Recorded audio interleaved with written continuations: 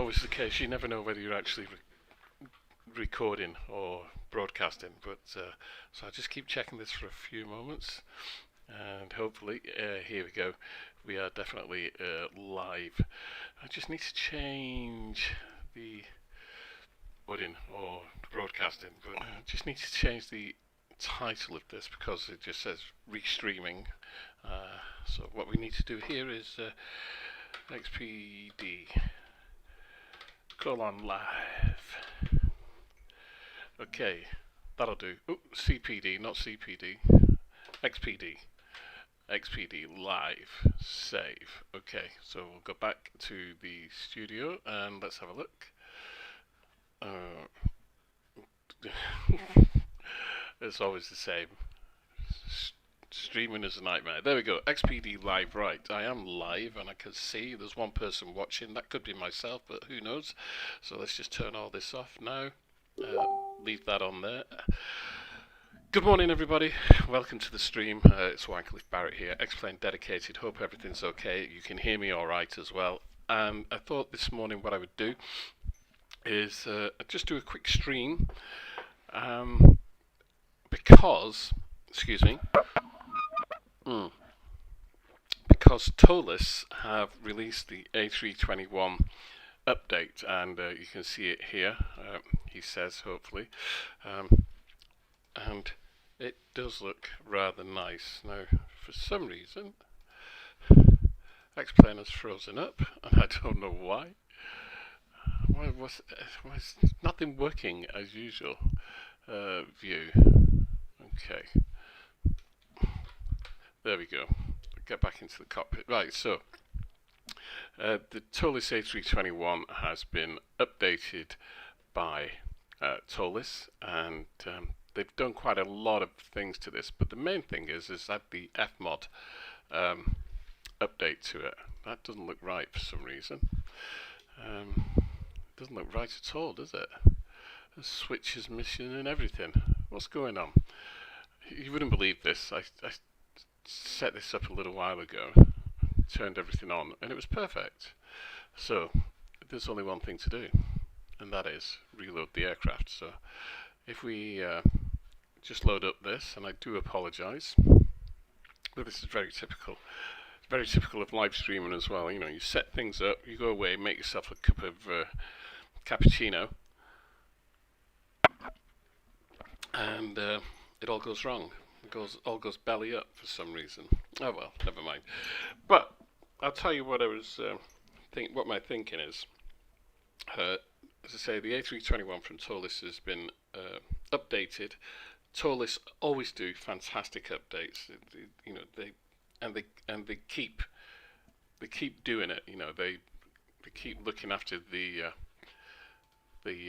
customer, so to speak, and they just do brilliant updates. So let's get back to this now. We'll take the A321. Hopefully engines are not running. No, start without engines. And since the 321 was the first aircraft that came out, then they did the A319. There were a number of updates for the 321 whilst the A319 was in development and whilst the A319 was brought out. Then they did updates for the A319. They just did a huge update for the A319, remodeling an awful lot inside, redrawing the navigation display and primary flight display, and also doing the Fmod sounds for it. And they've done the same for this as well, the A321. Now this should not, self-test shouldn't be in progress because there we go. This aircraft should not be powered on, but it would appear that it is,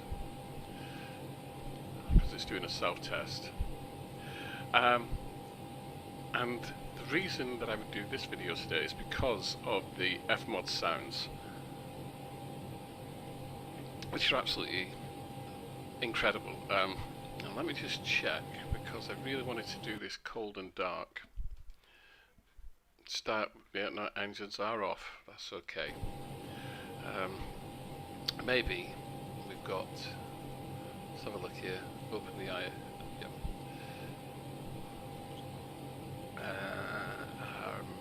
ground services. Yeah, external power's on, and that's why it's we've got power on the aircraft. Okay. Theoretically, I thought I'd saved it with that off, but no matter. So we've got external power on, and this is why you see some of the screens are on, and you can hear the air conditioning fans going, the avionics fans and everything going in the background. I hope you can anyway. I can turn the volume up a little bit. There you go. You should be able to hear that quite well now. Yeah. And Tolis, they're just so good at everything they do. As I say, they've changed everything in here. They've brightened everything up. They've redrawn all of the textures for this. I'm just going through. Oops. I'm just going to go through and turn up everything.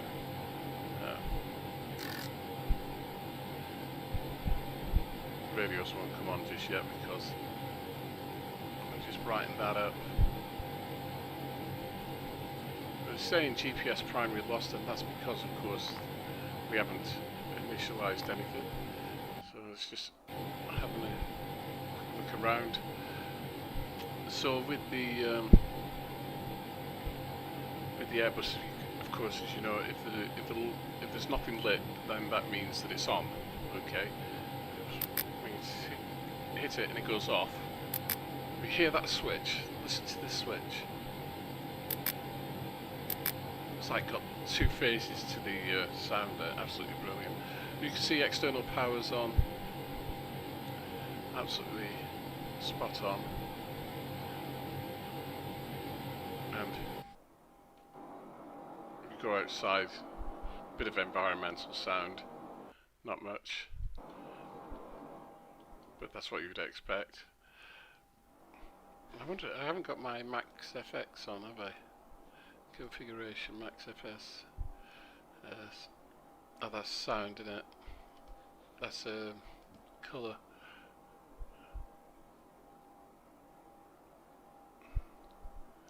No, I haven't got the other plug-in from SkyMax, which I'll have to put in after, which gives you all environmental sounds. But anyway. Here we are, inside the aircraft, and that sound is just cracking, and it's really good. I've not been in the cabin. I haven't got any cabin views, so unfortunately, no, I haven't. I didn't do any cabin views. And I'm never interested in cabins, to be quite honest. So just turn that up. Oops. This is what I need here.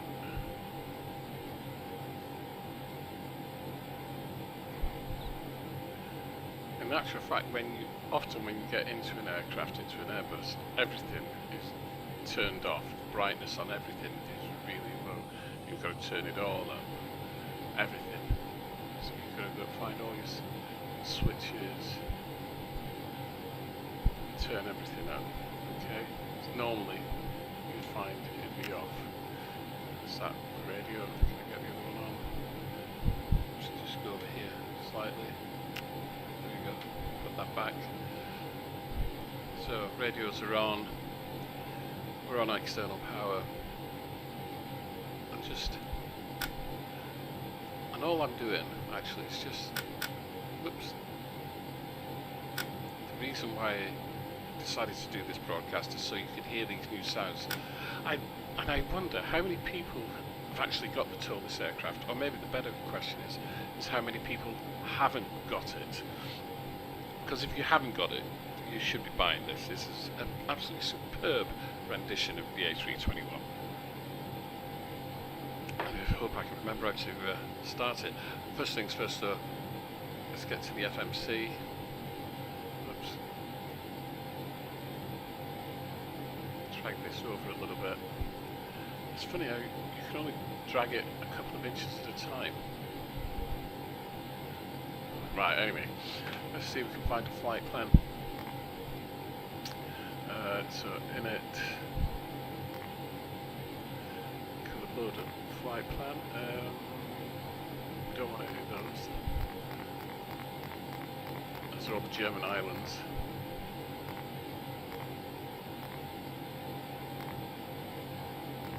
Here we go. We'll load this one in. Okay, align the IRS. Flight number.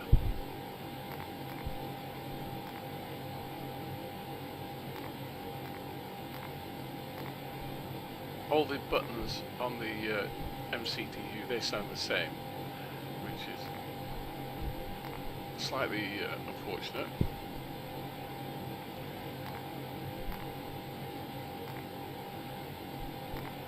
But, you know, now then, because the engines aren't running, I have to put in all the inner information. Now, if the engines were running, and this apparently is true in the real world, if the engines were running, this information is put in automatically. But as the engines aren't running, then I've got to find the data and put it in myself, which is fine. I haven't got a problem with that. So loading performance, block fuel, we've got 7,000, so we'll do a quick refuel, apply these load settings, right? So zero fuel weight is 65.3. So we'll put that in there. Okay, block fuel is 7. Oops, come on. Clear that.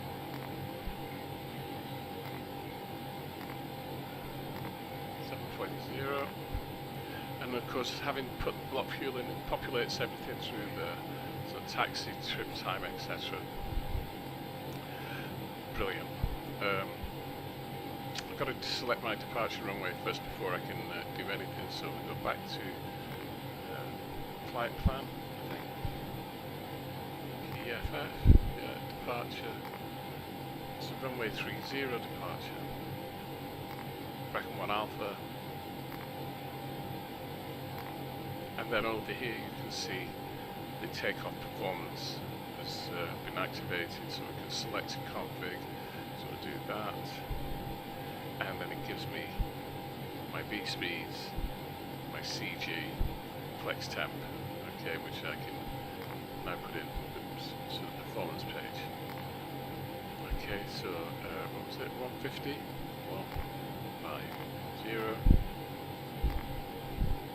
158, something a little bit fast, and 160. Transition is 6,000 feet. Flex temperature was, what was it, 45. And flaps, it's saying up 002, up 00, so 2/up 0.0, and there we go. Okay, but it goes 2 down the 0. I never understood that. I will say up there, but then when you put it in, it just goes to down. Shift 300 meters. Whoops.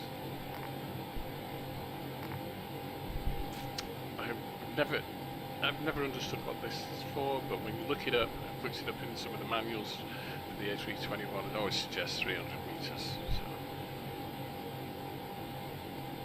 So. And there we go, and we just have a look at our CGCW diagram. We are well within limits, no problem at all there, okay. So that is that. I think that's done. Just quickly, go back to the flight plan a second and find an arrival for Glasgow. It's going to be ILS23. They changed these. No longer have we got the Lanark arrival. So we'll do that one. I think that'll be right. Okay.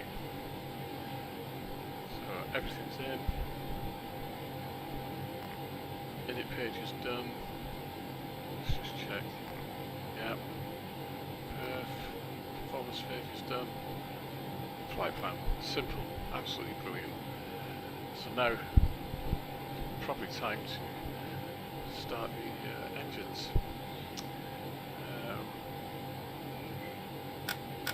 I think that is go on system 1.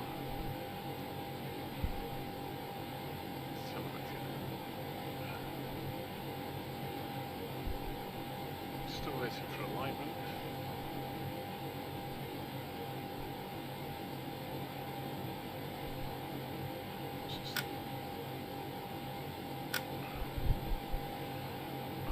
Test. Yeah, that's working.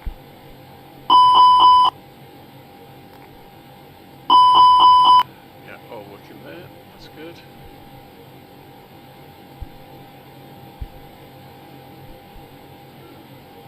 Now we've got IRS aligning in 6 minutes. 5 minutes now, so we've got to wait 5 minutes for the IRS. So, I think not an awful lot more to do, but just wait for that 5 minutes. There's no point starting engines or anything. Let's go back to ISCS, ground services, put high pressure or low pressure on.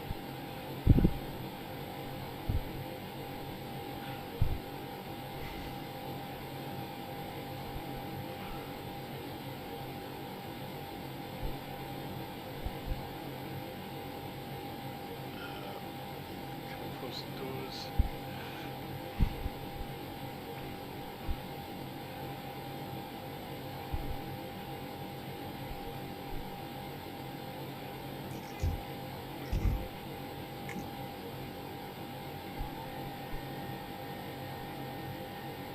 Probably hear all the actuators there as the doors close.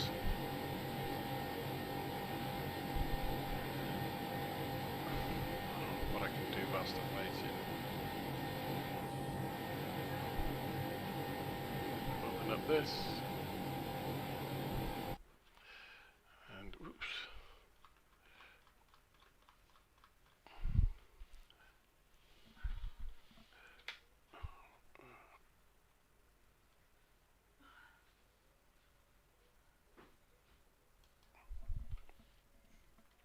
Ground to cockpit. Plan acknowledged. Call me through the menu when you're ready. Still got to wait for that alignment. There is a quick align, I believe. I haven't used it for a long time. Let's have a look.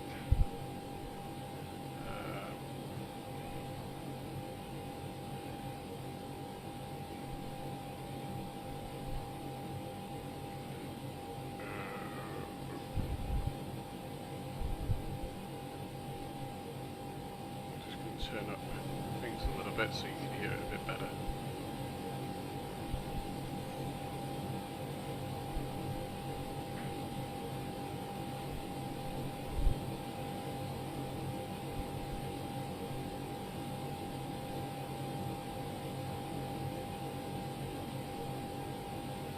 Yeah, that'll do. Still 3 minutes to go. Call for pushback. Ground to cockpit. Tow is driving up.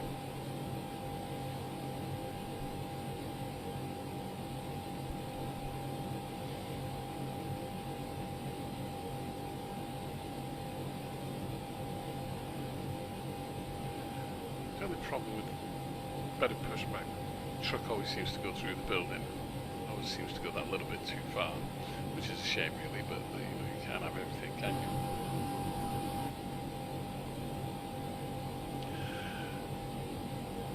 Good morning, am I using default sounds? Ibidari says, no, I'm not using default sounds, these are the F-mod sounds. Some of the switches do, not all of them, but these are the F-mod sounds, so they are pretty accurate actually. Although that being said, I've only ever sat in a simulator. Okay, all doors and hatches are closed, ready to connect. A full-size simulator of the A321, and it kind of feels the same. Although there's a big difference between actually flicking a switch and just clicking on a switch. Because not only do you get the sound of the switch when you're in the cockpit, you also get the feel of it, which kind of makes a difference as well, rather than just clicking on something. Okay, we're going to have alignment in a minute. Alright, so we'll just hang on for that.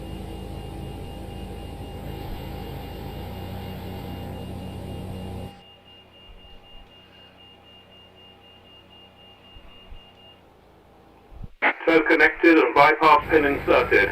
Release parking brake. I'm not going to release the parking brake yet. Let's just put that there. Yeah, that's that. That's good. Just needs that alignment. We've got a minute to it. As soon as we're aligned, we can button up everything. Start going, I think. Just need to.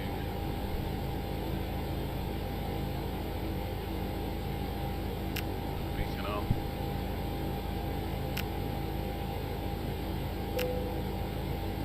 Make sure everybody's buttoned up, as they say.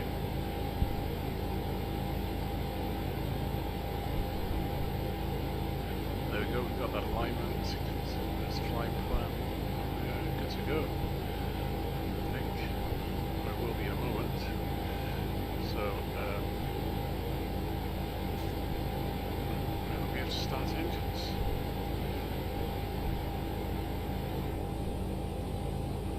So let's release the handbrake. Oops, back here.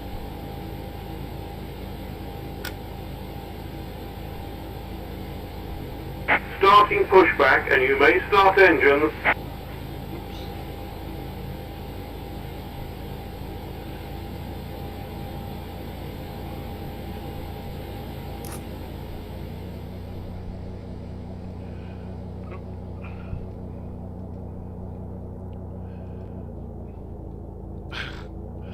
I made a boo-boo there, didn't I?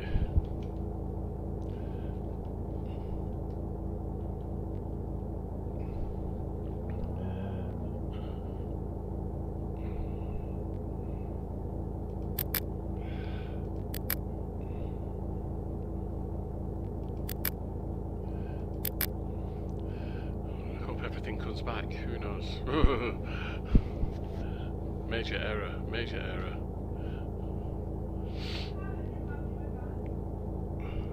I'm being shouted at a moment, hang on.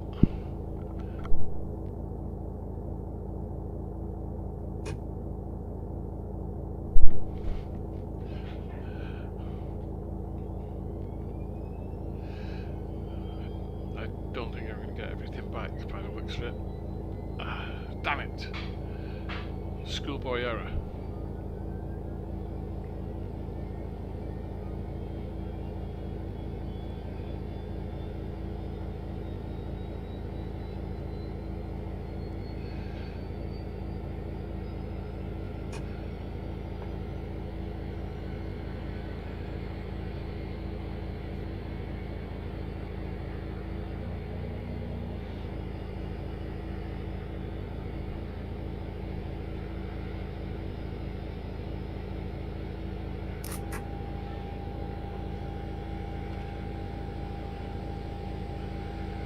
Operation complete. Set parking brake.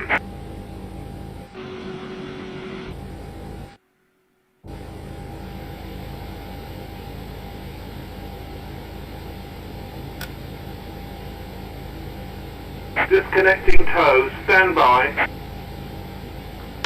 What did you say, Fran? Why are you shouting at me? You know I'm recording live.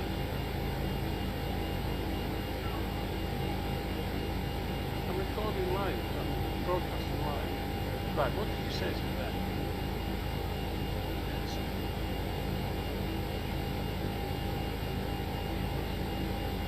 Lots of people at the bottom.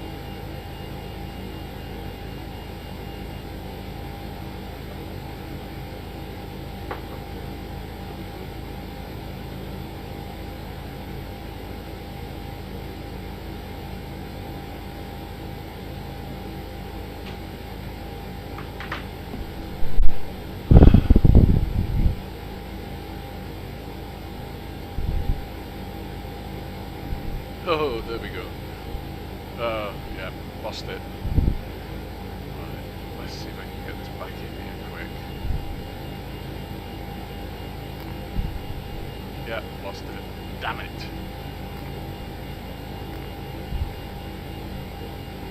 Say schoolboy error.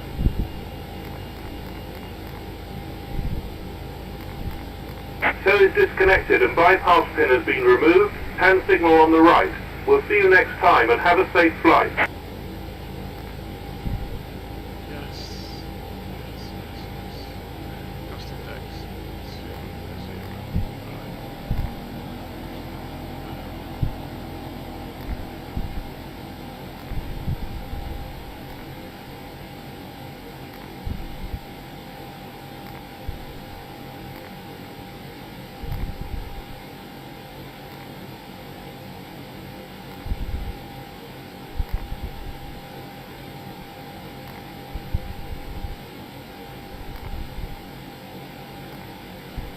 There we go. What was it? It was 150. 158. Oops.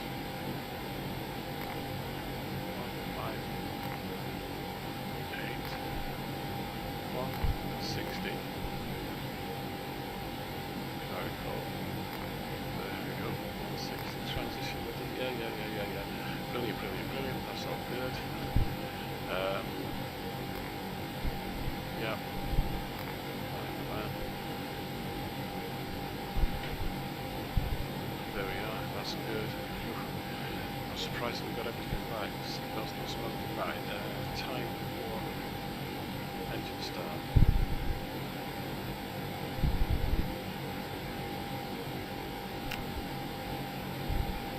Engine 1 is starting.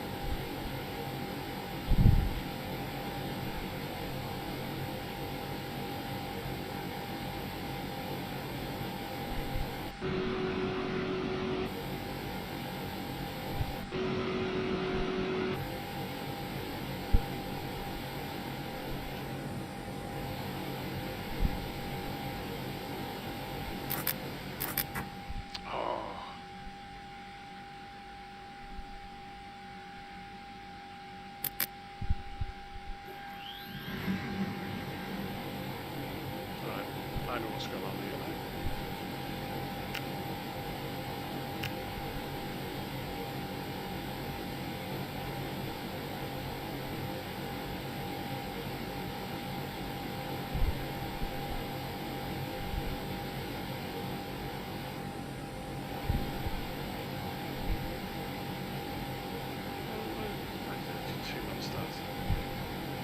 Fuel. Those ties on it.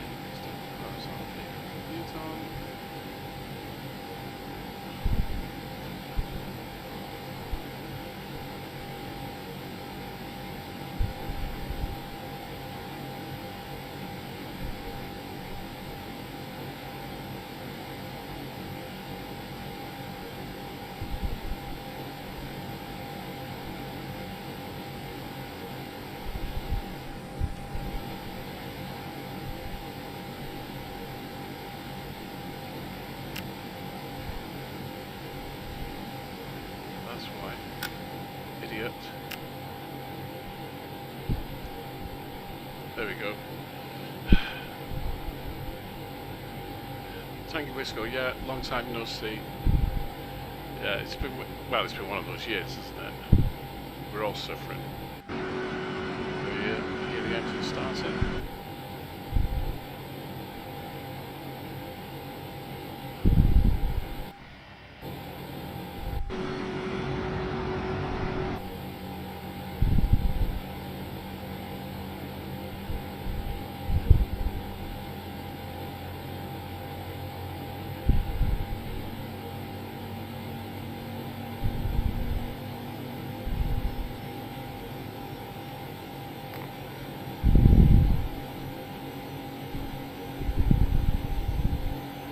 Wait for that to get up.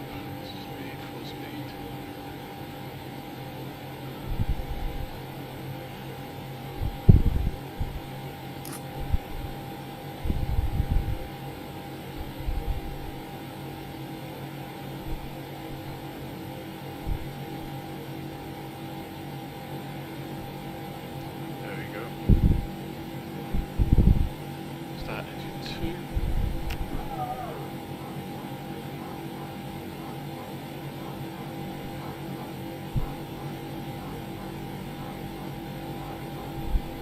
Hear the hydraulic PTU.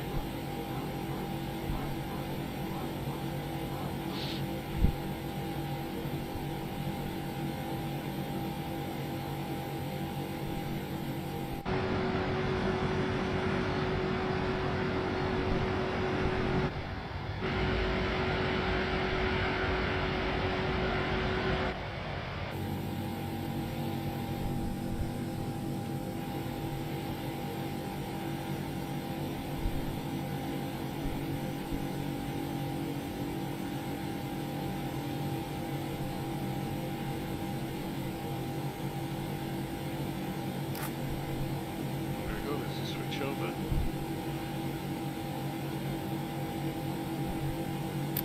Maybe you off.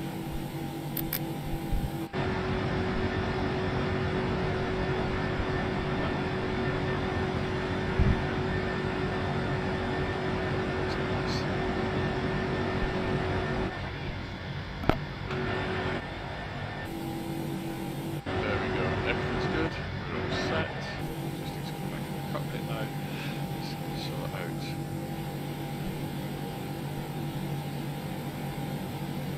spoilers and flaps.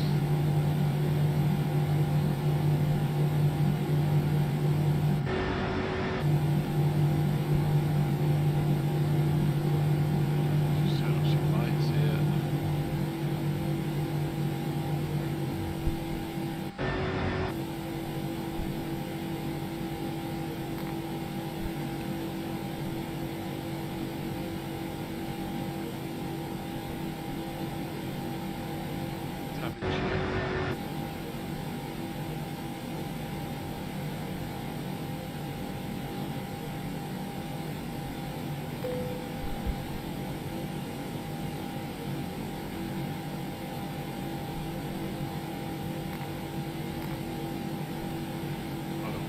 Max.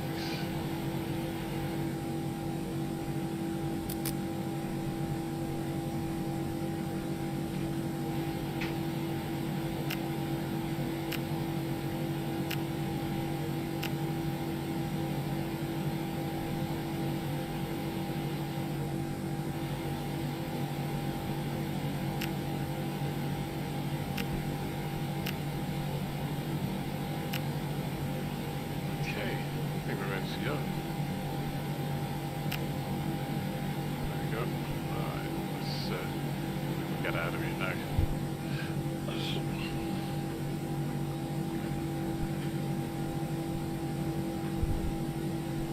Well, don't tell me I have to realign quickly.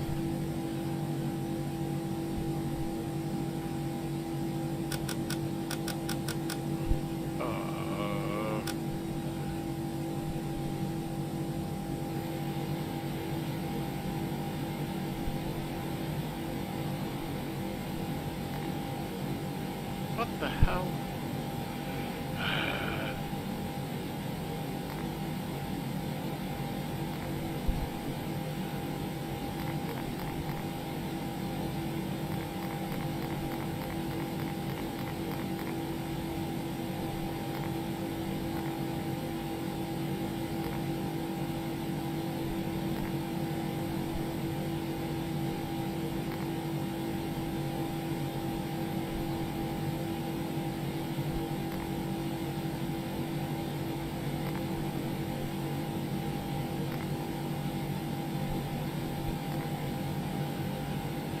I'm going to cross now.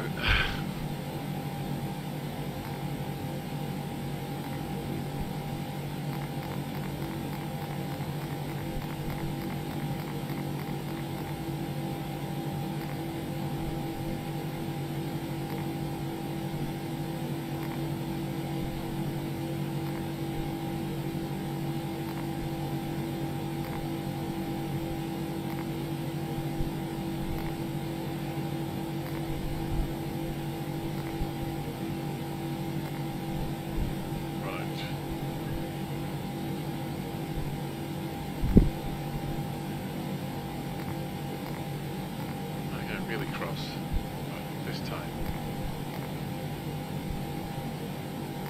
Don't turn in anything off before departure.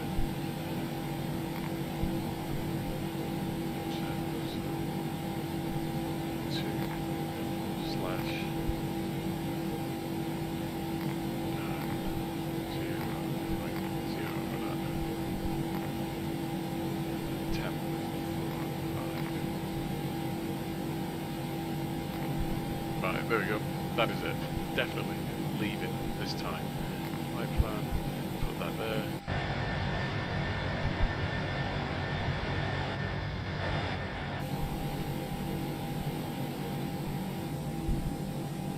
Release the brakes. Bit of forward momentum. Oops, daisy.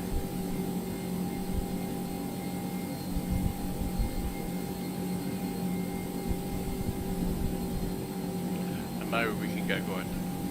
Right, Tango was asking, I hope you said that everything was okay. Yeah, everything's fine. It's just been a hard year, what with pandemic and lockdowns, and I think everybody's suffered a little bit in terms of their mental health in one way or another. I guess for me, lack of motivation in doing reviews or live streams, but I'm back this morning.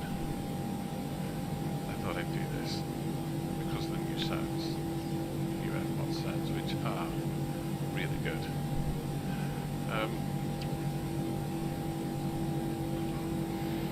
Just as an aside,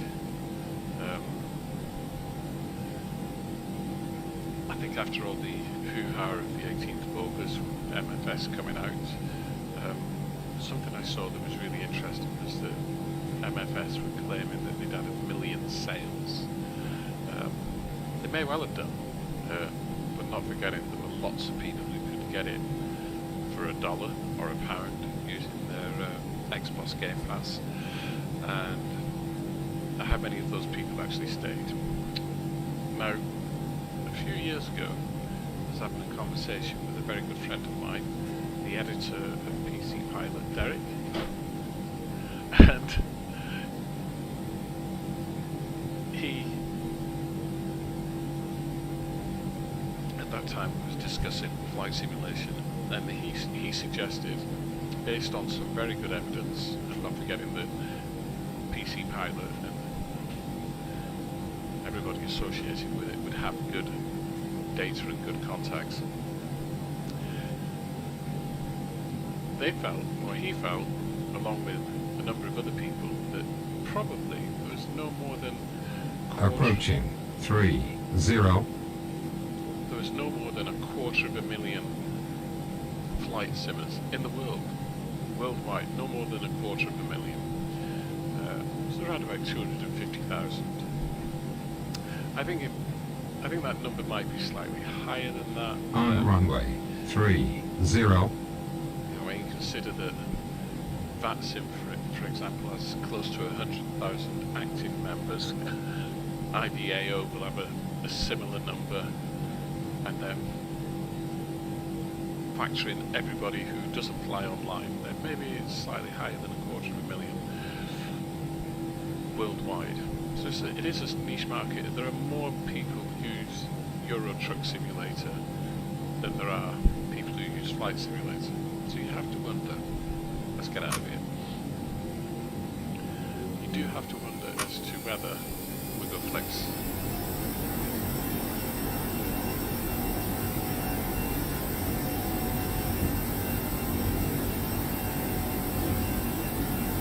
listen to that.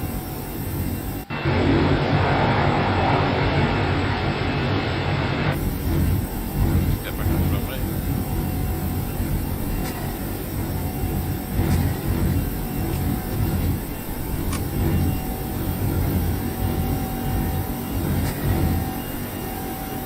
You really have to wonder how many people are actually flying Flight Simulator.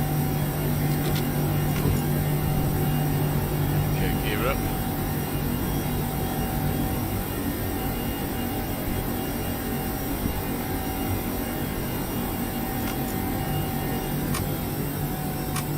First climb.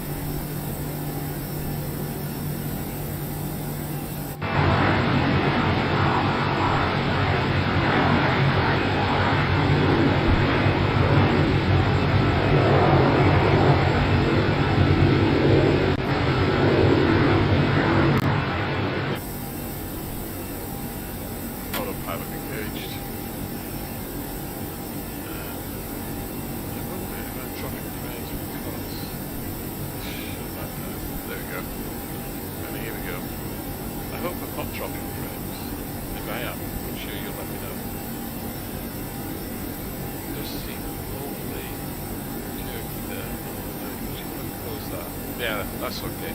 The output looks great. Alright.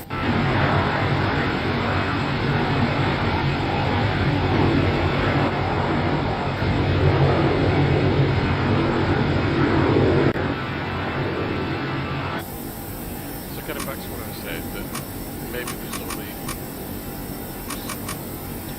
leave it back a bit.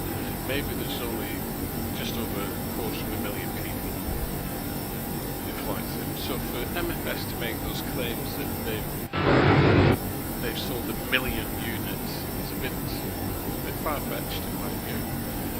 I could be wrong. It could well be. I think they've got 1 million. Who knows? It'd be interesting to see.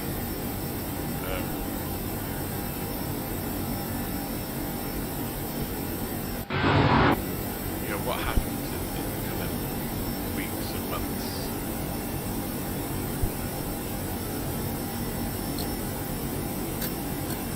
Ground spoilers this time. There we go.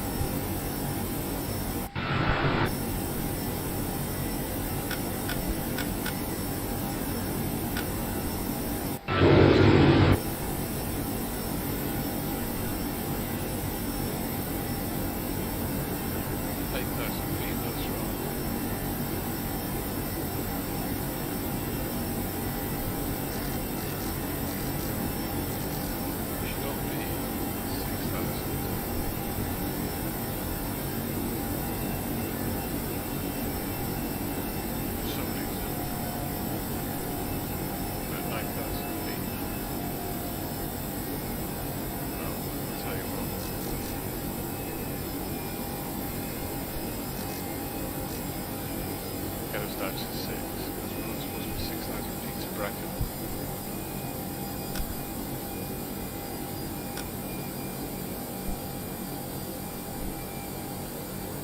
Way too high there. That's alright.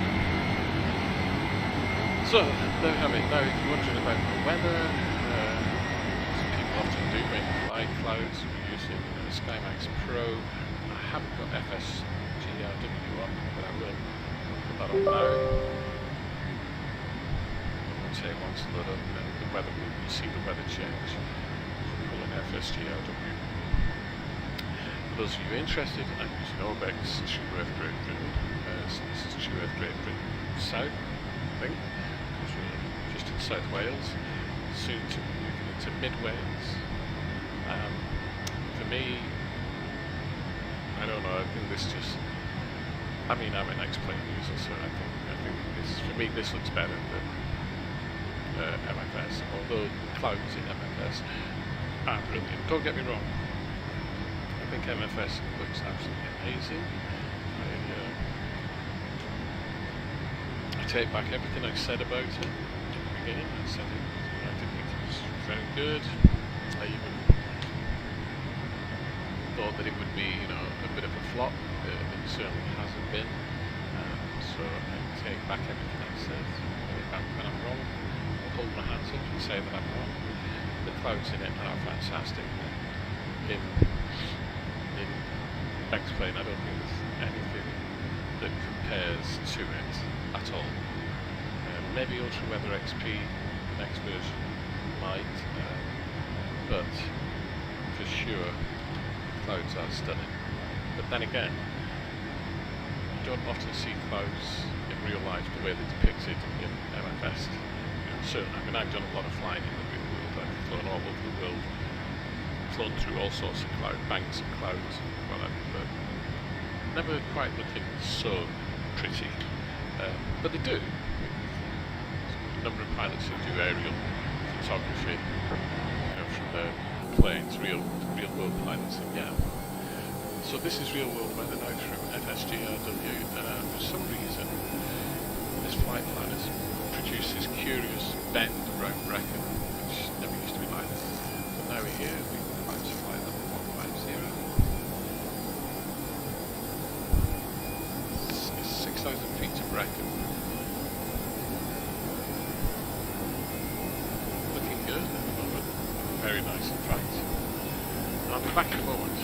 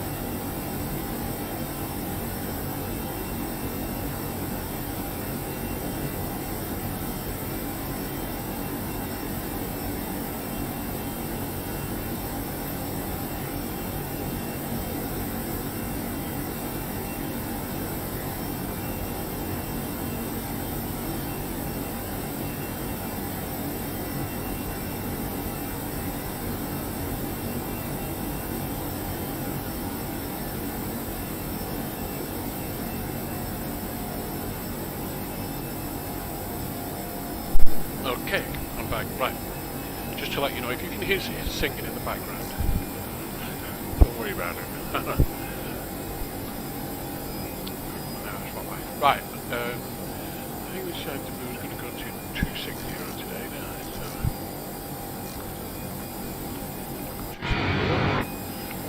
As many times as I like, so.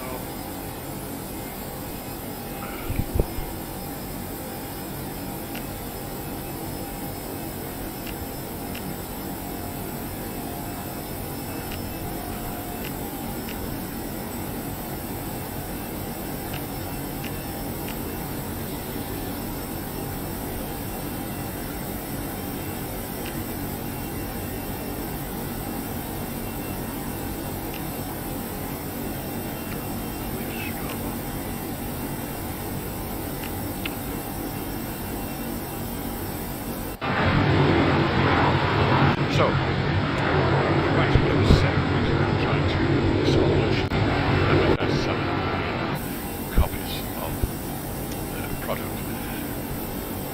If they have, brilliant, but I don't think so.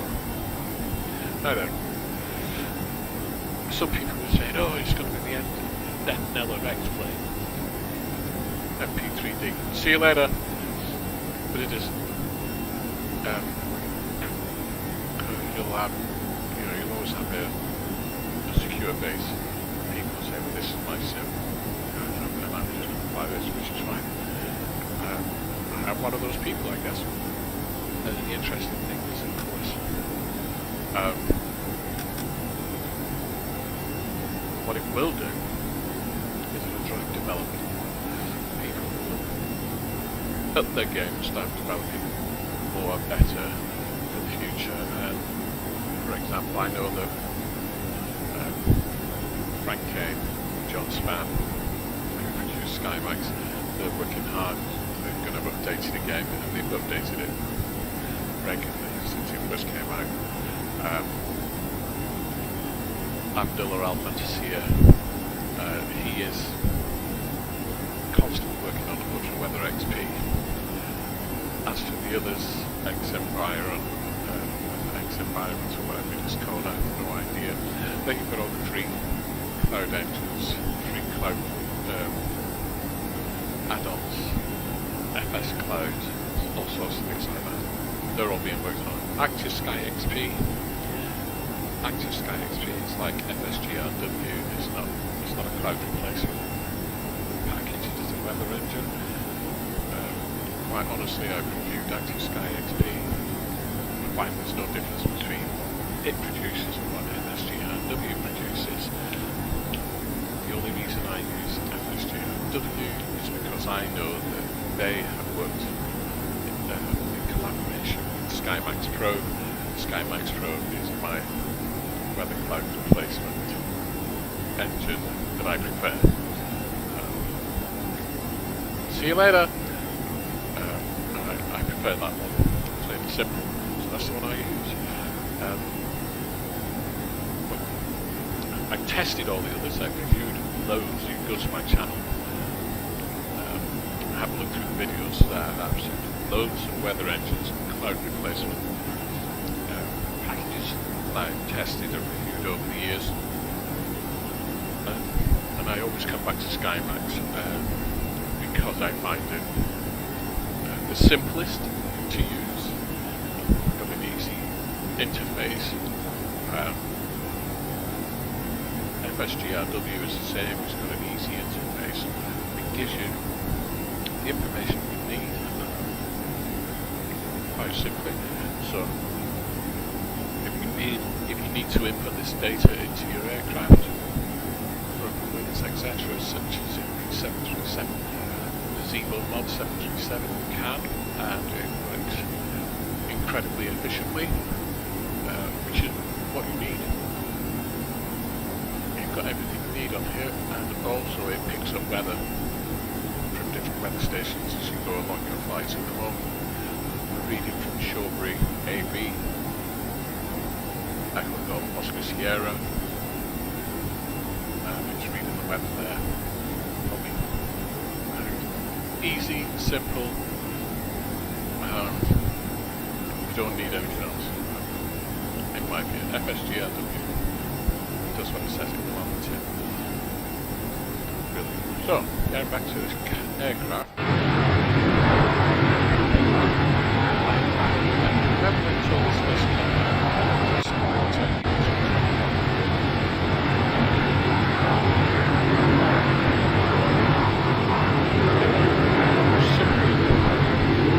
It's like a multi-level. Just kind of appeared. Quite simple. I knew nothing until this. I hadn't heard of them before they released the aircraft. And it just came. It was, one day it wasn't, and then the next day it was. And they did such a fantastic job.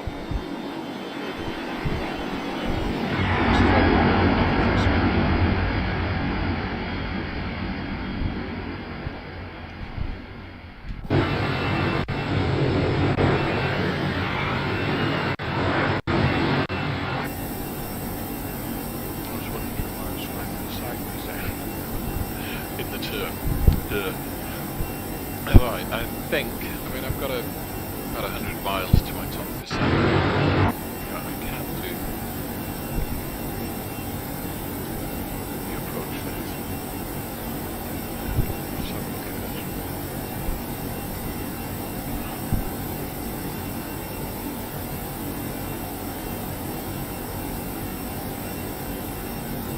Well, let's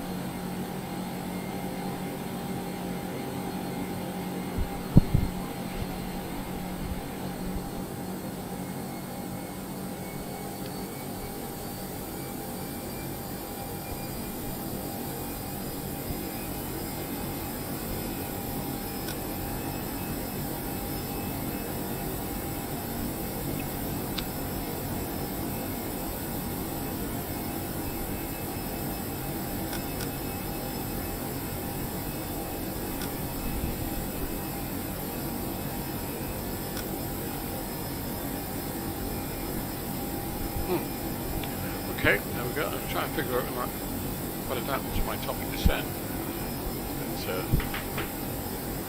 Everything's good by the looks of it.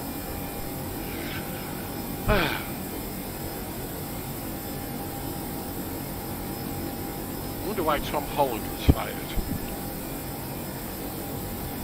He was claiming he was fired from Marvel and Spider-Man. Black Knight 344, hope you all's good. Not sure if the issue is here, but you might want to shout. The stream is very broken at the moment. I'm buffering a lot at this end. I think that was probably because I was loading up something to Facebook at the same time. But what I will do is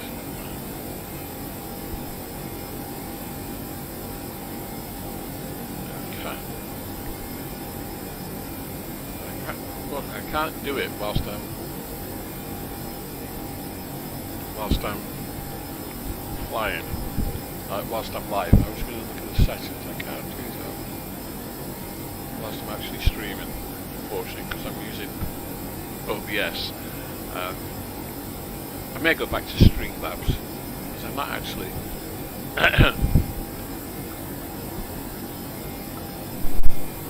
not completely happy with OBS. I must admit, I may go back to Streamlabs. It's funny how you get used to things, isn't it?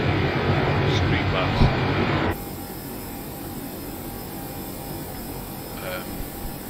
I kind of like that a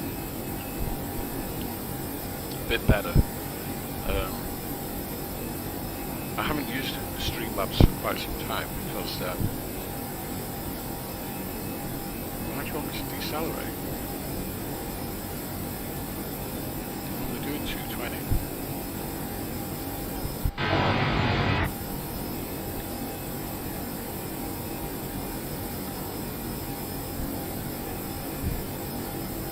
Ground speed 368. It's not too fast.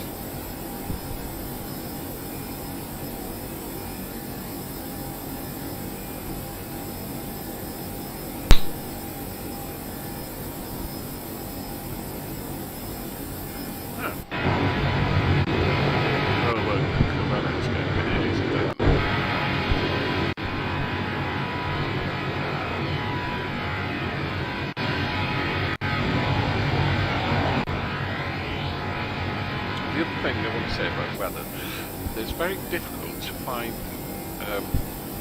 weather engines that are actually dynamic, so they actually change as the weather changes. A lot of them tend to take a snapshot, which is a little bit unfortunate. They take a snapshot of the weather and then be updated every so often, whereas SkyMax Pro, if you're on the ground at any airport and you turn the weather on and just watch the weather, you'll see the weather change as you're watching it. So it is. Now, I've spoken to Frank Kane about this, because I said, is your weather dynamic? And he said, no, it's not. And I said, but I've seen it change over time. He said, oh yeah, it changes. He said, and when he talks about dynamic, he talks about actually what's happening with the weather, so to speak. He was saying it's very hard to actually depict weather in a computer, such as cloud density, moisture, temperature, stuff like that. He said that is almost impossible to depict because you're talking about so many different variables, computations to do that. He said it's incredibly difficult to do that. What you can do is depict what it looks like, so yeah, create a weather picture, so to speak, but to all the rest of it, he said that is very difficult. And he was explaining that even though X-Plane using blade element theory actually produces a very good facsimile of how weather affects an aircraft and different parts of an aircraft, he's still saying that for a weather engine to actually create what weather does inside of itself is very difficult. So what he was saying was that the blade element theory aspect of X-Plane is predicting how weather would behave on an aircraft if the weather was such, yeah, or the wind was such, so how it would affect the aircraft frame. But that is only a prediction based on numbers. Say, you know, there's so much cloud and there's precipitation and that's it, and that the aircraft is flying at such a speed or at a particular angle, and then it can measure the forces on the airframe. That's what blade element theory does. What he said was categorically that it is incredibly difficult to create the actual weather effect within it. So basically all you're doing is depicting a weather picture, and even as good as MFS looks, that is all it's doing. It is creating a weather picture, not the actual weather within the cloud. Now they may say they're doing that, but extremely unlikely, and it's probably what they're doing is they're creating some computations based on predictions, not actuality, real time. I hope that's understandable. Because I found it very, you know, when Frank was talking about this, I found it a little bit mind-boggling, to say the least. Not impossible to understand, just a little bit mind-boggling. Right, I need to try and figure out where my top of descent is and also sort out my approach phase. Right, so, there we are, approach phase. So if we pull up FSGRW, that's what I'm going to give you the Liverpool. So what I need is to find some weather for Glasgow, don't I? So if I go to the internet, just type in Meta EGPF. I've got a Meta here, Glasgow. Wind is 250 knots. Let's do that one first. 250/8. Sorry, I've certainly got the right runway. Temperature will be 9 degrees. And the QNH is 999 hectopascals, 0999 hectopascals. Okay. Decision height 450. And config 3. There we go. Done. Back to the flight plan. Thank you very much. Croft. I need to start my descent. Top of descent, just after Agped.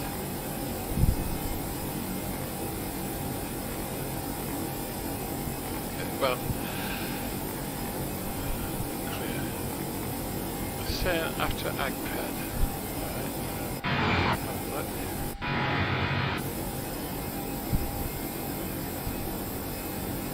It's going to be hard to get down to flight level 70 Agped to Lanark. We'll see. That isn't a descent indication, or is it? Yes, it is. It is a descent indication. It's an arrow. It just looks a bit odd. I still don't understand why it's saying decelerate. Airspeed is 371. True airspeed 330. Indicating 220. There's plenty of time to slow down. Plenty of time to slow down. What do you reckon, guys?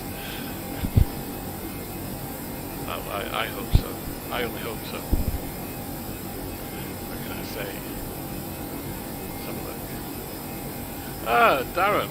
Morning, my good man. Hope you're both safe and well. I would say the only issue is that the sim sound is very loud and drowning you out. Oh, right. When you do an exit, it's deafening. I can turn it down, obviously, but I can't hear you at all. Okay, so let's do this then.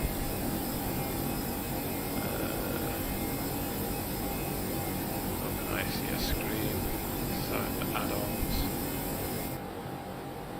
Turn that down to there. You can leave the system volume like that. Environmental volume turn down. Okay. Safety settings. How's that now? How's that, Darren? For some reason, I can't seem to get my mic volume up any louder, which is really strange. You know, I have been trying, but I just cannot get my advanced audio properties. I can turn it up, apparently. Put it up a decibel or two. 1, 2, 3, 4, 5, 6, 7, 8, 9, 2. Alright, I've turned it way up a little bit now. That should be a lot better. Can you let me know how that sounds, okay? Close. Let me know how that sounds. If that sounds any better, please, Darren. That certainly helps. Turning everything down, but I've just upped my mic in the OBS settings by 2 dB. So if you let me know how that sounds now, if I sound any better, quieter, whatever, just let me know. Okay? I shall keep that window open there. I will say I have been having trouble with the Airbus just lately, coming in on approach, that they're missing the approach, which is a bit of a pain in the bum. So hopefully this flight will be okay. I'm due to go out shortly, but I think I'll be landed well before then, as they say. Landed! Which is the common refrain you hear from people. I need to order something offline shortly. In the meantime, we'll keep flying. And going back to what I was saying, how many people actually have got to tow this aircraft, the A319 or the A321? Put a comment in the remarks below. Hi Stefan, I am flying to Glasgow, and basically the only reason I was flying to Glasgow is that I was wanted to play with the FMOD sounds. Sim is quieter now, which is good, and you are much clearer. Well, thank you. I'm speaking up a little bit. I'm enunciating, but I've also turned up the mic within OBS. As I say, I tried OBS because they remodeled it and everything, and it seemed to be a lot easier to use. But I still don't like it. I much prefer Streamlabs. Stefan, how's your flying going? Have you taken that aircraft out much? The twin, and just generally, how's things going? It's actually very nice to be back on here and talking to people. As you know, I mean, it's been a bad year for everybody. We're all been suffering in one way or another. You know, people working from home, being made redundant, having to seek new jobs. I guess I'm lucky, you know, being retired. I don't have to worry about that. But certainly, you know, the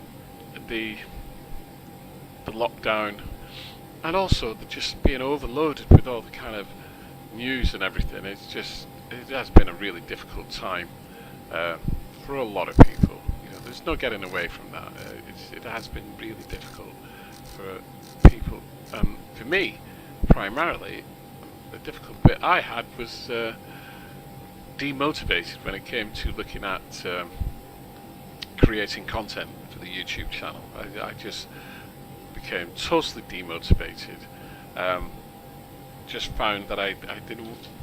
Wasn't that I didn't want to do it. I couldn't do it. You know, I would open up my Adobe Premiere and begin to start editing stuff, and I just lost the will completely to do that, which, you know, really was quite maddening for me personally, because I enjoyed it so much. And it was also, you know, like in the summer, it was a bit like Groundhog Day, wasn't it? I mean, every day, especially with the nice weather, every day seemed to be the same. And So I think that was a problem for me. I wasn't able to go out flying with the racing drones because of lockdown. We couldn't go to our usual flying spot, so I was missing contact with some of my other friends. And whilst Fran and I have a fantastic marriage and we get on very, very well, don't get me wrong, we do. Day in, day out, it was the same thing, and I'm sure it affected lots of people.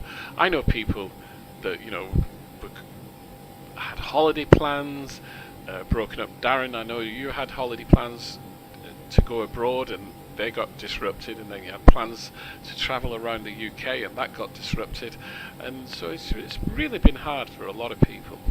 Anyway, enough with that.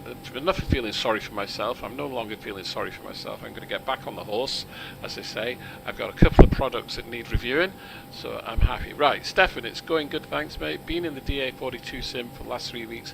Can't fly now because of Welsh lockdown, so I have to wait. Gonna miss flying for the next fortnight. Yeah. What can I say, Stefan? It's ridiculous, isn't it? And when you say, so you mean real world flying, you can't fly in the real world because of the Welsh lockdown. That's crazy, isn't it? That you can't fly out of Wales. You can't fly out of Wales. Explain. Tell us more, Stefan. Tell us more. Be interesting. Okay, let's have a look at this. Agped is my top of descent, just after Agped. So I'm going to dial that in now. I'm going to go down to 7,000 for Lanark. 7,000 by Lanark. This is a new arrival, by the way, the Agped 1. It just used to be a Lanark arrival. I can't remember the number for Lanark, but that's what it used to be. Now, Agped 1, which is weird. We've got 7 people watching. If you could just say hello so I know who you are, and I'll give you a shout out. Please subscribe to the channel. It helps me out. I know I haven't been streaming or doing any content creation for a while, but days like this helps me get back on the horse. And as I say, I've got a couple of products that are up for review. In fact, one I've already done, but I can't release it as yet because the developer wants it to be released at a certain date. Even though the product is available, he wants my review out at a certain date. And I've got another one that I'm waiting for, which I can tell you about, which is a military aircraft, and it's the F-16, and it looks amazing. The last time I flew a military aircraft was Falcon 4, which was an incredible simulator back in the day. The Falcon 4, brilliant, and then the community build of Falcon 4. I can't remember. I think it was Falcon Gold. Can't remember. But took it to another level. Absolutely amazing, fantastic sim, fantastic aircraft, and it took a lot of learning. So there is an F-16 coming out, which I really look forward to. Yes, it's crazy. My flight school at Cardiff is being forced to close through lockdown, even though the airport stays open. So I'm forced to be grounded. That is bonkers. That is crazy. Even though the airport's open, you probably and probably could get a flight out of Cardiff to anywhere. I was watching something last night on YouTube, Lanzarote webcam, and then I came across a channel, somebody who lives out in Tenerife, in the Canaries, and he was just going, crazy. He was showing us all around Tenerife, and it was amazing, really. A lot of Tenerife was closed, bars and what have you, but a lot was open. And he said, jump on a flight, and they had some friends there who'd flown out of Bristol, I think. £95 return. Mad. Airbus Aviator, afternoon Wycliffe. Hope you and family are okay. I've been on FS since release, but I needed to get my Tolis Airbus back out the hangar last night. Fantastic update by Tolis. Yes, it is an amazing update. I've already spoken about FS, Microsoft Flight Simulator. I refuse to call it Microsoft Flight Simulator 2020 because that's not what it is called. The 2020 bit is a construct of social media, so I refuse to call it Flight Simulator 2020. As I said earlier, for those of you who are around now, I think it's an amazing simulator.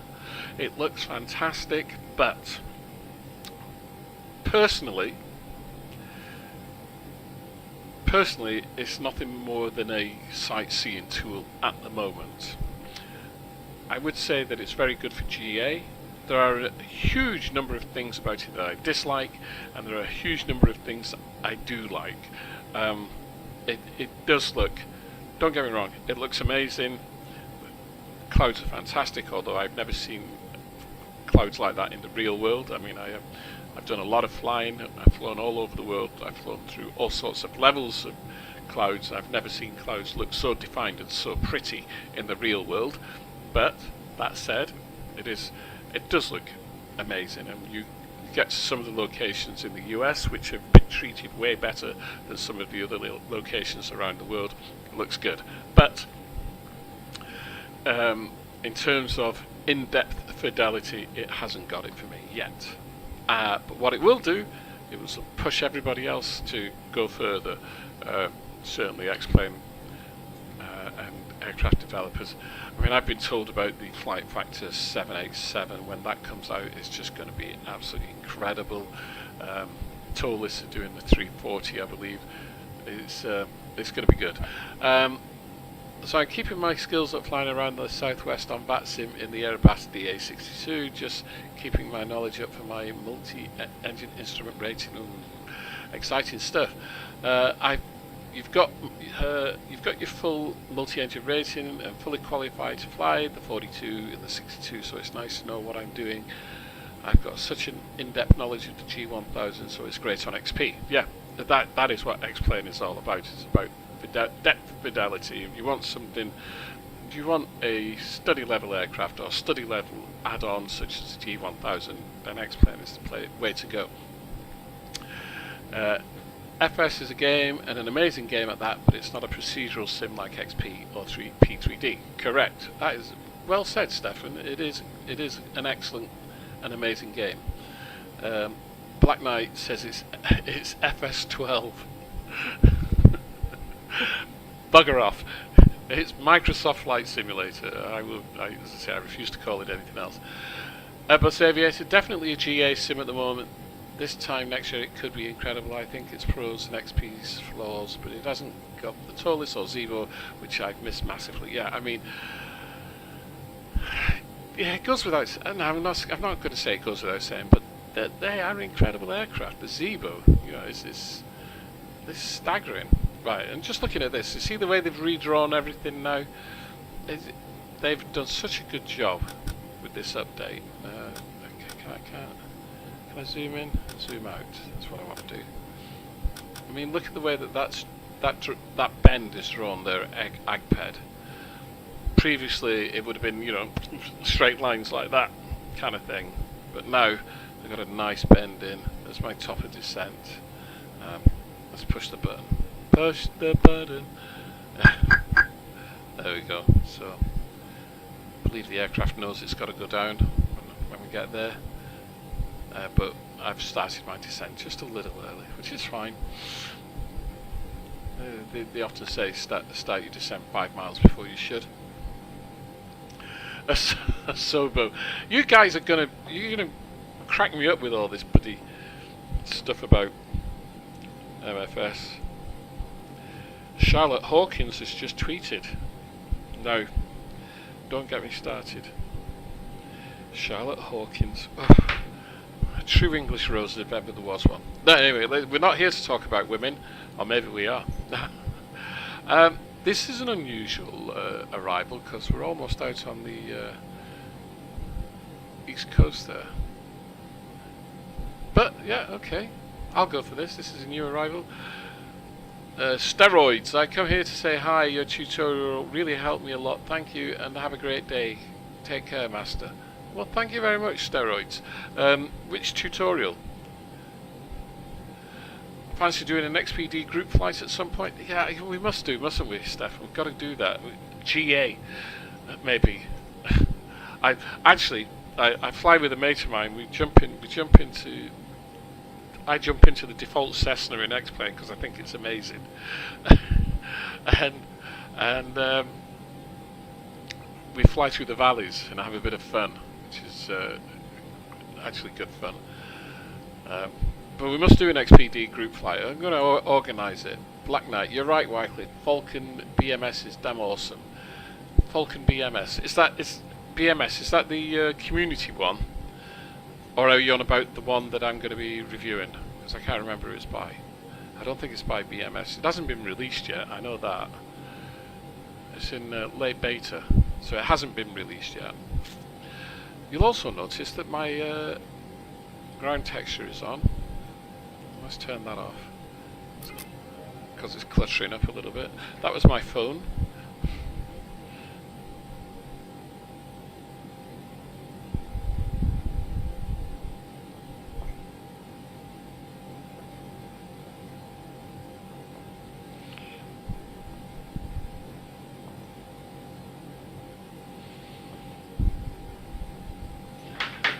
Go. I'll have to look that up, Black Knight, Falcon BMS. I'm pretty sure that is the community-based one, isn't it? I'm waiting for my VAT UK visitor application. It's been over a month and a half. I got my S2 and about to do my S3. I would love to control Cardiff, but it is taking so long. Stefan, you've got your VAT UK visitor app. Why do you need a visitor app application? Have you been controlling in a different division, Stefan, and that's why you've applied to the UK as a visitor? And it's ridiculous how long it takes. Darren has been waiting for goodness knows how long to get onto radar training, and the VATSIM UK, the training department, is just in a mess. That's my personal opinion. I mean, it took me a good couple of years. I think it was 4 years to get back to the UK from West Asia, because VATSIM UK would not recognise my C3 rating, even though my C3 rating was done in Europe using the VAT EUD training system at SIM. VATSIM UK would not recognise my C3 rating, and they wanted me to go through it all again. Myself and a couple of other people who were in the same position, we dug our heels in and we said, no, we're not doing that. You know, all we want to do is control it. All I want to do is control radar here in the UK. I certainly didn't want to learn London West, because that is absolutely bonkers. Finally got that sorted out last year at Cosford, in actual fact. Spoke to Gunnar and Simon Irvin, who was VAT UK 1, and we got it sorted out within 20 minutes of a conversation, whereas it had taken 4 years of emails and arguing with different people not to get it sorted out. Anyway, so it took me a while. I'm also a supervisor. I'm pretty sure that most of you people on here know that I'm a supervisor now, and which I think is, you know, there's not many VATSIM jobs left for me to take on that I haven't already done in the past. And as a VATSIM supervisor, you know, I've offered my services as a mentor for Cardiff, and I was told, yeah, that's fine, but unfortunately, the way they've got it all set up now, and this is because this is historical, and I'm not going to go into the history of it, but it's historical. When it used to be the southwest region of VATSIM, there were some people in the southwest region for some reason or another, had a real downer on Cardiff. Because Cardiff was a training field and you could train there and train from Bristol, and also that Cardiff offered services for Bristol as well. They had a real downer on that for some reason, and over a number of years actively petitioned to get Cardiff reduced from a training field to not a training field, and also to get the airspace altered around Cardiff and Bristol so that Cardiff no longer offered top-down service to Bristol when there was no controllers there. Now, for the life of me, I don't know why they did that. In the real world, Cardiff Radar provides services for Bristol in the real world. Anyway, it was all historical and political and goodness knows what. So that everything's changed around Cardiff. Now, it's amazing that those people who objected to all this and actively campaigned for this to happen, because they had a downer on Cardiff for some reason, they don't control. The only time they control is for Southwest events that they've organised. Well, they're not Southwest events anymore because the regions have been altered, but when they do Bristol events, and that's the only time you see them controlling. Really stupid stuff. Right. I've always been in the Middle East. Bahrain back is great and run by Real Qatar Airways and Emirate Pilot. Ah, right. I didn't know that, Stefan. I think it would be worth letting me in because I know Cardiff in real life procedures, IFR and VFR, like the back of my hand. So it's a shame. Yeah, I agree. I'll try and have a word with somebody, but it may fall on deaf ears, Stefan. But yeah, I think that would be brilliant. Indeed, Falcon BMS is the community improved Microprose Falcon 4. Yeah, that's right. I thought it was. I'll go and have a look because if I recall, is it not a free download now? Because, or do you have to have Falcon 4? Do you have to have Microprose Falcon 4 to get Falcon BMS? I can't remember. I'm pretty sure that you'll let me know. But my God! Airbus Aviator, thank you very much. That is amazing. Thank you. You know, £2 is £2. That's brilliant. Thank you very much. I appreciate that. I think it's the first time I've had a super sub like that. I'm choked, I am. Thank you very much, Airbus Aviator, top man. The original XP boss. Well, thank you very much also. Yeah, I think I was one of the first YouTubers, aviation, simulators YouTubers to use X-Plane, whilst everybody else was still using FSX and shouting at me and what have you. And I remember some of the comments that some of those people made to me as well. What's his name across the water, who's had a rough year? Frugal. I remember some of his comments to me personally. Our friend Matt Davis, some of his comments to me personally in the past, when I first started. Squirrel, on the other hand, I have to say, Squirrel was always courteous. Nice fella, Paul, he's a nice bloke. He was always courteous. But yeah, I remember Frugal, Matt Davis, who else? There really wasn't any other streamers around at that time. I don't think, no, I'm pretty sure there was not any other streamers around at that time. No, you had people like, what was his name? Red Piper, who he just created videos for companies. He used to do promotional videos for other companies, and also Thomas Rasmussen, who did my intro. Thomas Rasmussen, all he did was videos for companies, promotional videos for companies. So yeah, they might have used X-Plane or FSX or P3D or whatever, but they weren't simmers as such. They were producers of promotional video content. So I think I was probably one of the first. Yeah, and yeah, you found me when you was trying out X-Plane 10. Wow, Yeah.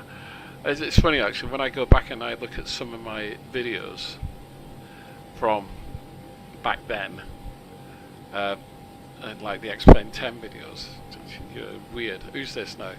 Rudiconcia. I cannot say your name, sir. I'm awfully sorry. I cannot pronounce your last name, but Rui. I hope it's Rui. Ru. Nice to see you here again. Thank you very much. Thank you.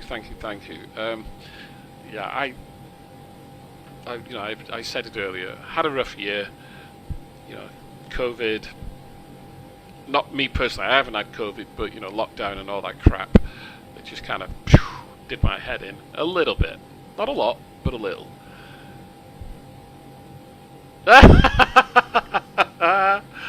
Well, Stefan, I'm telling you, I haven't done anything. Just Rue. Is it like Rue or Rui? Just hang on. Just Rue? Right. Stefan, I haven't done anything. I haven't written to anybody. Matt's in the UK just sent me an email about my visitor application. I wonder who. What does it say? Is the question. The flight 757. Yes, brilliant aircraft. I haven't flown that for so long. The 757, the 767 from Flight Factor, stunning aircraft, absolutely amazing, and it's the depth and fidelity. They are study level sims. Give me a moment. Let me just jump up here. I've got a bad back, so I get out of my chair a bit slowly. Oh, let me just jump up here, and I'm back. Oh, I got a new chair, by the way. I don't know whether you can see it properly there, but I got a new chair. Very nice. Although a friend of mine said, "Why would you pay £150 for a chair?" Well, you pay £150 for a chair because it's a damn good chair. Right, I just jumped up there because how many of you remember the Level D 767 on FSX, or was it Flight Sim 2004? Do you know, I can't remember. But I was very fortunate, along with lots of other people, I was very fortunate to be able to get a copy of the Level D flight instruction manual, right? This is the ring-bound one. Now look at that. I hope you can see that. Absolutely amazing. And I still use this to this day. Well, when I'm flying the 767, I still use this. This is one of the best manuals ever. Absolutely incredible. I love it. I love it. Hang on, my back's hurting a little bit. Look, I hope you can see that. The left overhead panel, startup procedure, absolutely superb. I was so lucky when I bought this, and I've kept it ever since. And it's even good for the Flight Factor 767. Absolutely brilliant. I will never get rid of this. I will never get rid of that. Ugh. Oh, my back. And then, of course, I suppose what I should do is find this book. Yep. And you've heard me talk about these many, many times before. Whew. And this is the Mike Ray Airbus 300 series book. Airbus 300 series, absolutely superb. If you want to learn how to fly an Airbus, how to program your MCDU, this is the book. Yeah, and you can get them from www.utem.com. That's Uniform Tango Echo Mike.com. Awesome. Right, let's have a look. So we need to be 7,000 feet by Lanark. I've got 700 feet to go. Plenty. 20 miles. to Lanark. Absolutely superb. Chris Salton, hope you're keeping safe. God bless. Thank you, Chris. I'm very well, thank you. Very well indeed. And it's been great coming on here this morning, doing this live stream, reading some of the comments from people that I've known a long time now. Here we go. Stefan, I had the level D on FS 2004 and FSX. Yeah, I did. Brilliant aircraft. Black Knight FS11.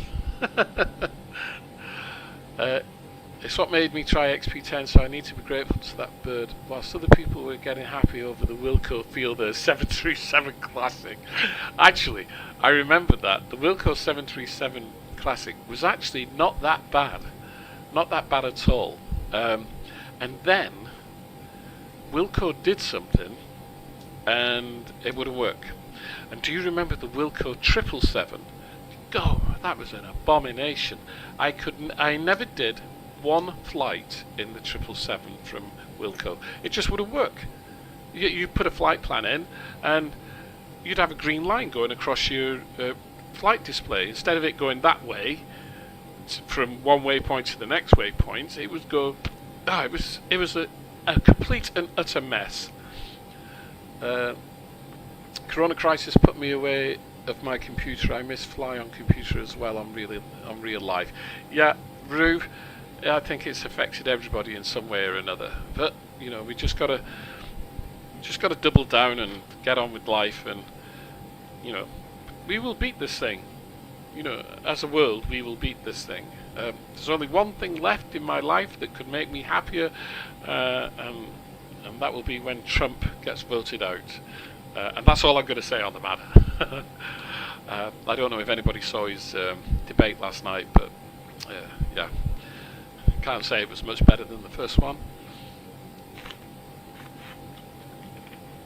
I think in many ways it was worse because he really showed that he was not empathic.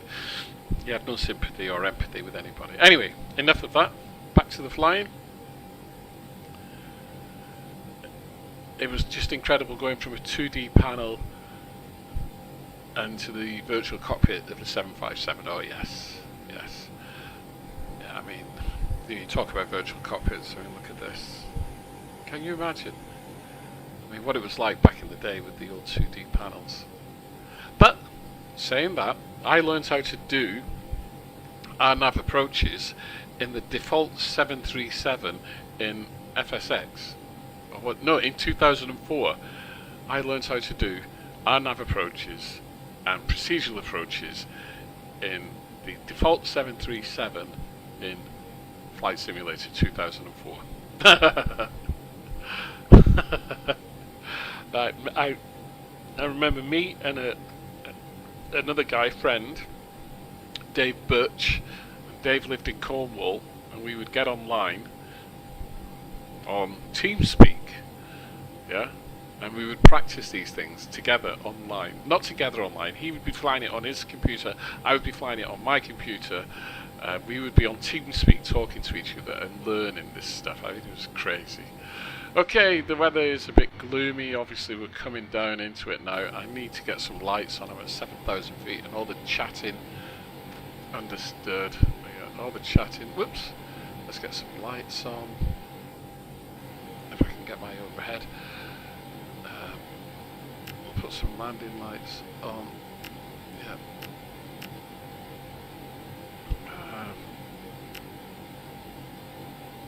Put nav on, wing on.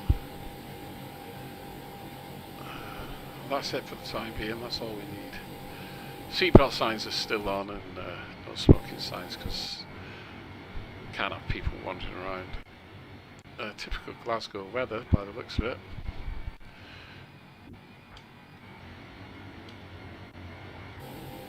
Okay.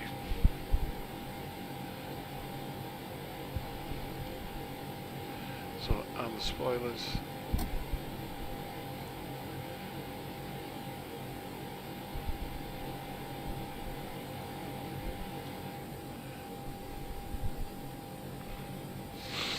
So I need to leave Lanark on a heading really of 350, because that heading will not get us there. So we'll dial that to 350. Whoops. I'll go back actually, because I just realised.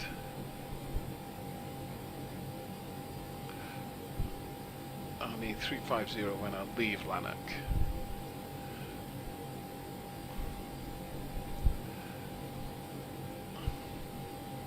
So we'll come back and then we'll leave Lanark on 350.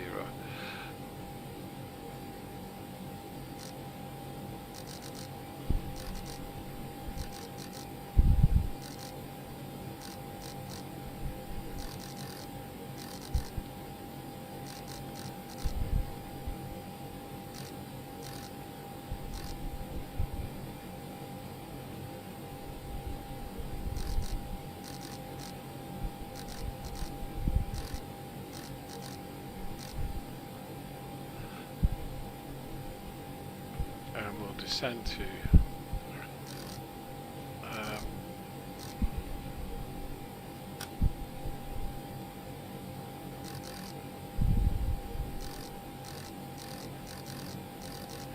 descend to 2,500 feet.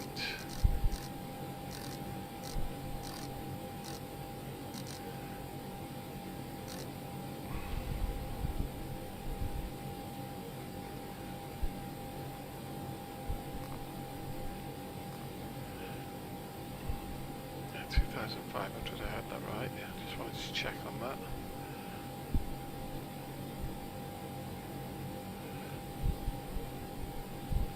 Okay.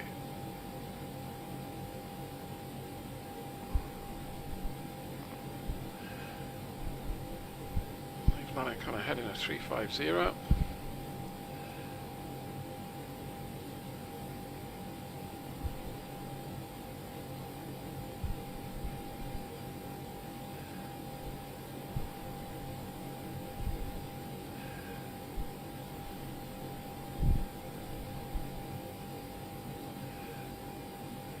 Get everything lined up here now, hopefully.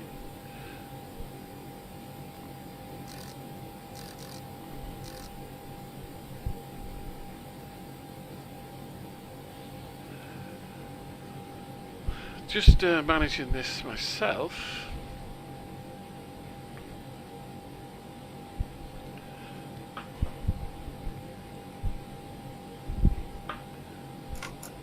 I'm going to stage a flap out. And I'm going to turn everything up a bit now.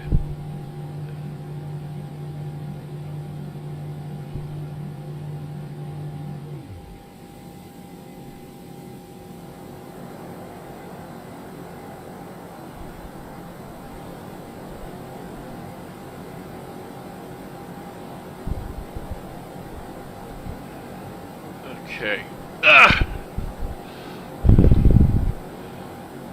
So, when I get to this arrow, or thereabouts, I will then turn on a heading, oh we've got a bit of rain, turn on a heading towards CE23, so it just gives me a little bit further of an approach and time to get onto everything. Okay. Altimeter setting. Altimeter setting, okay. I'm going to check that. Glasgow QNH is 1000.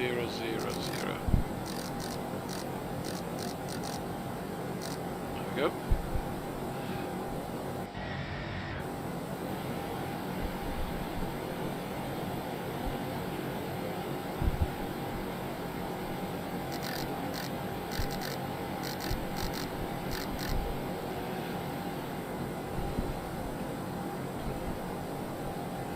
Vertical speed, yeah, put it down to 1,000.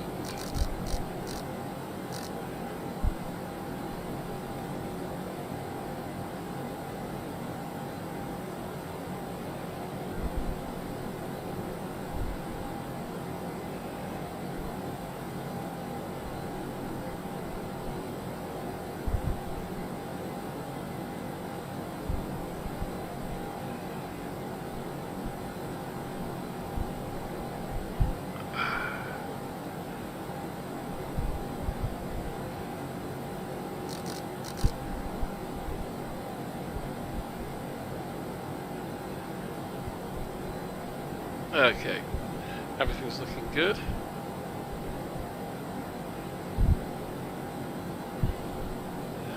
Oh, my back.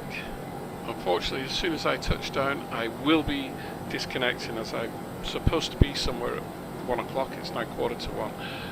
It's going to make me a little bit late.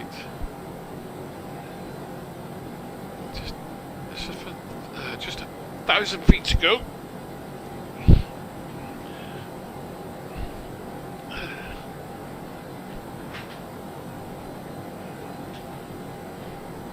Bit of wind there.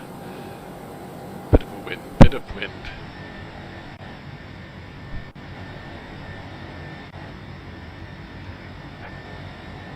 Well, we're in Scotland, that's for sure. Right. 2,500. Yeah, okay, 2,500.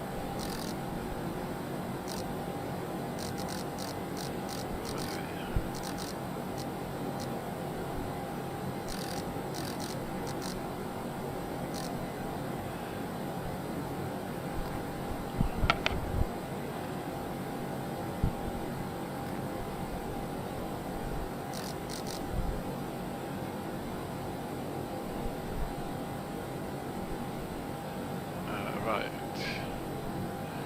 Just want to come round to here a little bit more.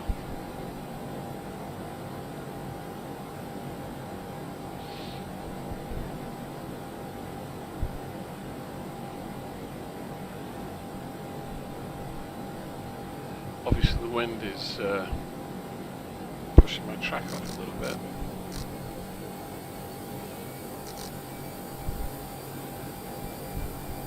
$2,000.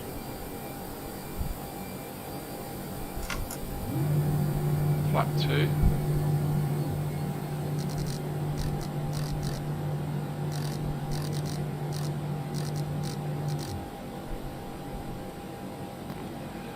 Approach mode activated.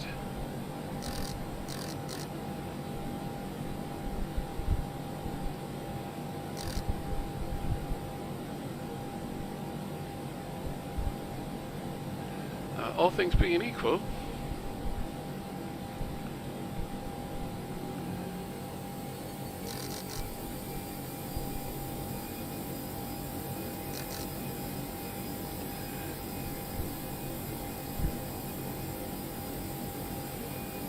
we should turn on to the ILS. Flaps full. Landing gear down. Not yet.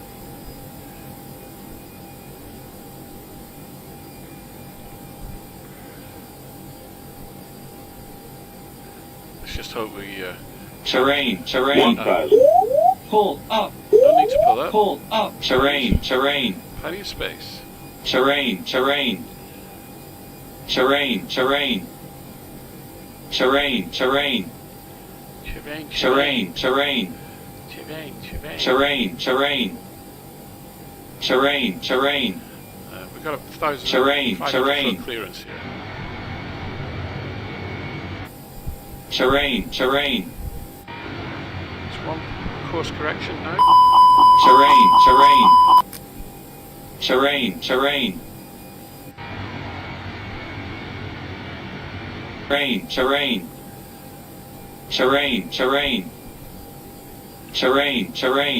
Approach mode is good. Terrain. 10 miles. Terrain. 10 miles.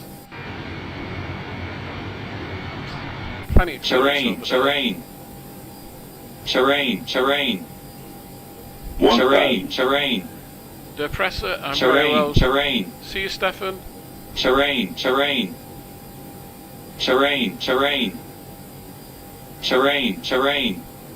15 times Terrain, red terrain. light, red light casing. Terrain, I'll tell you in a terrain. moment.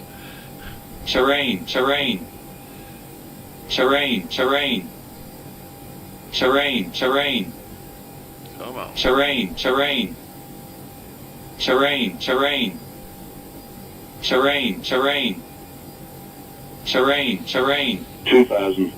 Terrain.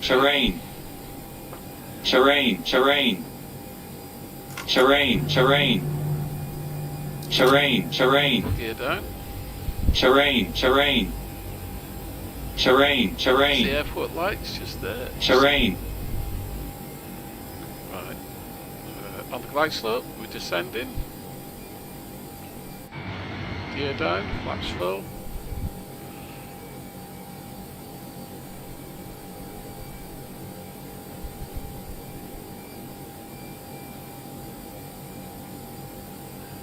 Cat 3 single. We'll go to dual, so we're fully locked on.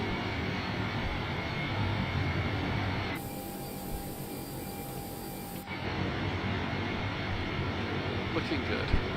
Look at the reflection there on the aircraft. Jet wash. Come over the city of Glasgow.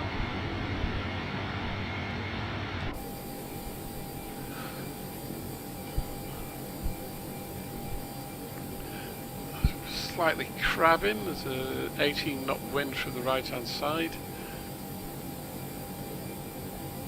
It's quite hazy. There's the runway there, but you can see my mouse. Yeah. Zoom out.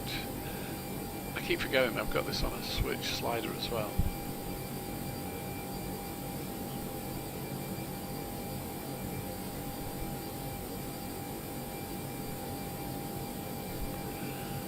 Okay, everything's good. I'll disengage autopilots at 1,000 feet. 1,000. 1,000. We'll wait until we get the 1,000 on the primary flight display there. Still feels though I'm a little bit to the left, but that's okay. Here we go. So, my aircraft, autopilot's disengaged.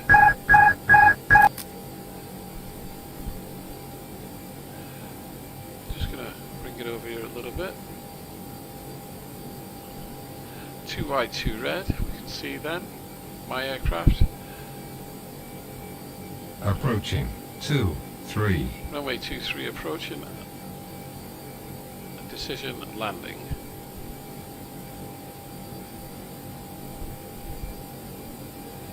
A little bit to the right, a little bit off. 500. 500 feet to go. Really drifting off here now a little. Let's get back. There we go. A little bit 400. 400 feet.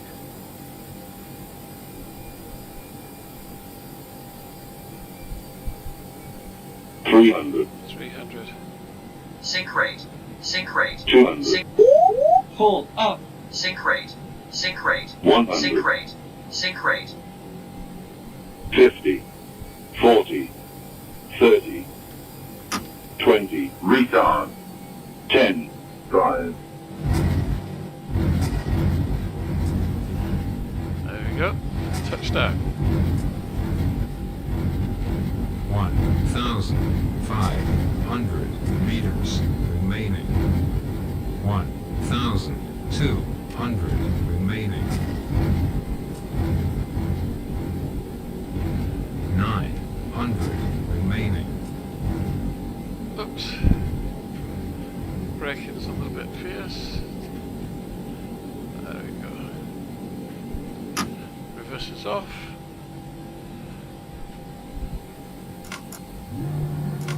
Flaps up.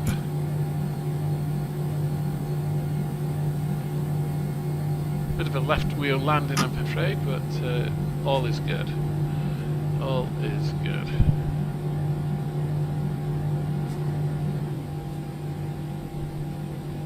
There we are, Glasgow.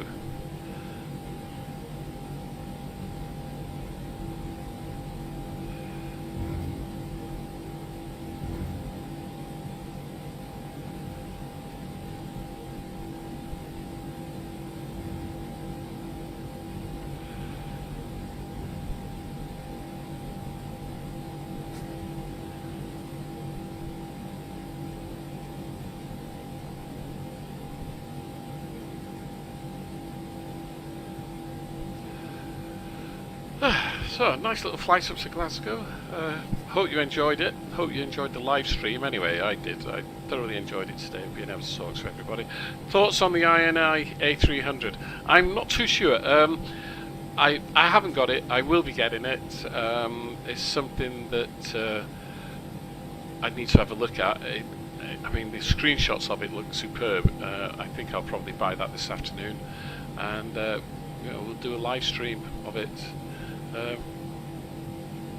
Or maybe even a video review. Might do a video review of that. See you, Stefan. Take care. Depressor, I know you said thank you.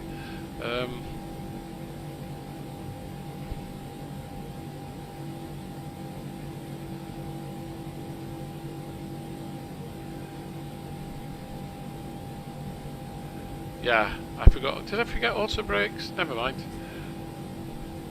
Plenty of room, and I stopped off the runway. Right, as I said, it's time for me to go because I'm supposed to be at somebody's house at 1 o'clock, so I'm going to be late. Like I say, I hope you enjoyed the stream, and it was nice chatting, and I'll see you all again soon in the very, very near future. Time to get back to it, I guess. Right, have I got time to park up? If I can find a parking spot, I will park, and then we'll go. In fact, there's one right here. Stand 22. Let's just get over here. If you haven't got the Torlis A321, get it. It is a superb aircraft. You know, it does everything almost right. You know, you can't really go too wrong with it. And we'll just get on stand. He says hopefully, and stop. Perfect.